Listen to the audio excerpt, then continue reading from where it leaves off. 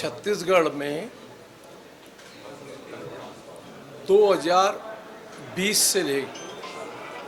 लगातार महादेव ऐप के नाम पर अरबों खरबों रुपए का भ्रष्टाचार, अरबों खरबों रुपयों का सट्टों का व्यापार, ऐसे कई बेरोजगार नौजवान, कई किसान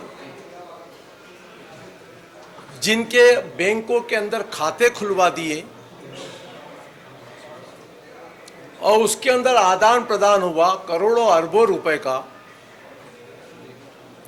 ये सट्टे का फलता फूलता व्यापार छत्तीसगढ़ में,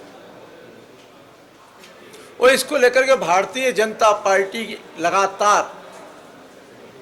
आंदोलन के माध्यम से विधानसभा में यह विषय हम उठाते रहे,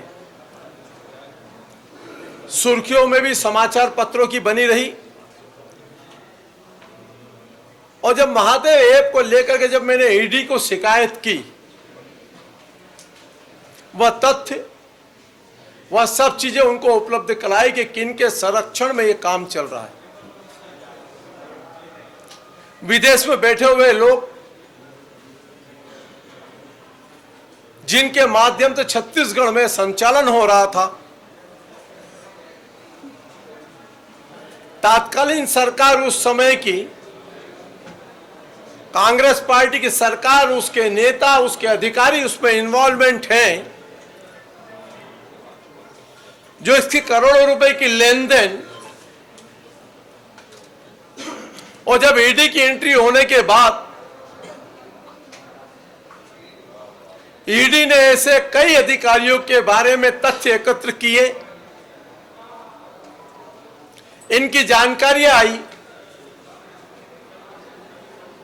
इनका संचालन करने वाले वहां से लेकर के दुबई में बैठे हुए हजारों बेरोजगार छत्तीसगढ़ के,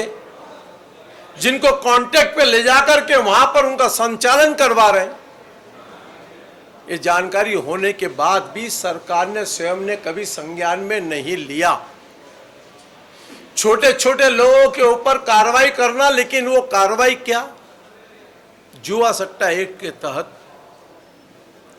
जब थाने के अंदर बयान ले रहे हो, वो बयान की विवेचना करते करते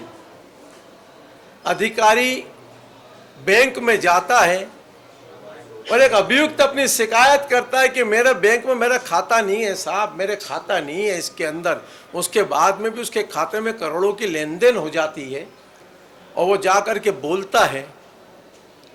कि मेरा खाता बंद कर दो, तो बैंक वाले उसको चमकाते हैं, धमकाते हैं पुलिस वालों के सामने। उसके बाद में भी सरकार कोई कार्रवाई नहीं कर रही थी। यह सत्य है, और यह पुलिस की विवेचना में थाने के अंदर एफआईआर के बाद में लिखा हुआ बयान है। जब ईडी की एंट्री हो गई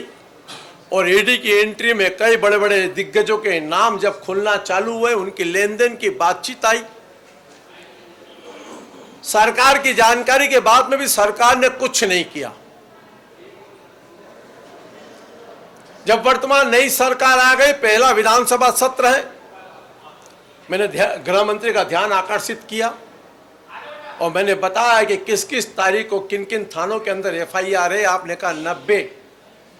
एफआईआर हुई कईयों के खिलाफ है। मैंने कहा उसके आगे की विवेचना में कौन कौन दोषी पाए गए। छोटे छोटे लोग पकड़ में आ गए जुआ सट्टे के एक्ट के तहत, लेकिन जो करोड़ों अरबों रुपए का सट्टे का व्यापार करते महादेव ऐप के नाम पर, वो विदेश में भी है, यहाँ पर भी है, और बिना राजनीतिक संरक्षण के ये इतना बड़ा स्कैंडल इस छत्तीसगढ़ में नहीं हो सकता। और इसलिए जिन लोगों का उसमें नाम है, या चंद्रभूषण वर्मा जिसने अपने बयान में जिन वरिष्ठ अधिकारियों नेताओं के नाम लिए हैं,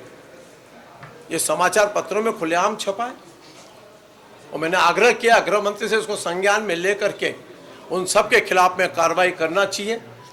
छत्तीसगढ़ के बेरोजगार नौजवानों को जो गलत दिशा में डालने का काम उस सरकार ने किया है, उसको सही दिशा में लेकर के आना चाहिए। चाहे कोई भी कितना भी मंत्री ने कहा है कि जो भी जितना बड़ा वरिष्ठ अधिकारी कोई भी होगा उसके खिलाफ में कार्रवाई करेंगे। मैंने मंत्री जी से आग्रह किया है, मैं कहा मैं दस्तावेज उपलब्ध करा दूंगा। गृह मंत्री ने विभाग की तरफ से कहा है कि हमें सूचना नहीं मिली, मैंने सूचना की तारीख बता दी, मैंने विवेचना में सब चीज़ बता दी, किस किस ने क्या क्या किया यहाँ तक बता दे रहा हूँ। और ये सरकार से पूरी उम्मीद है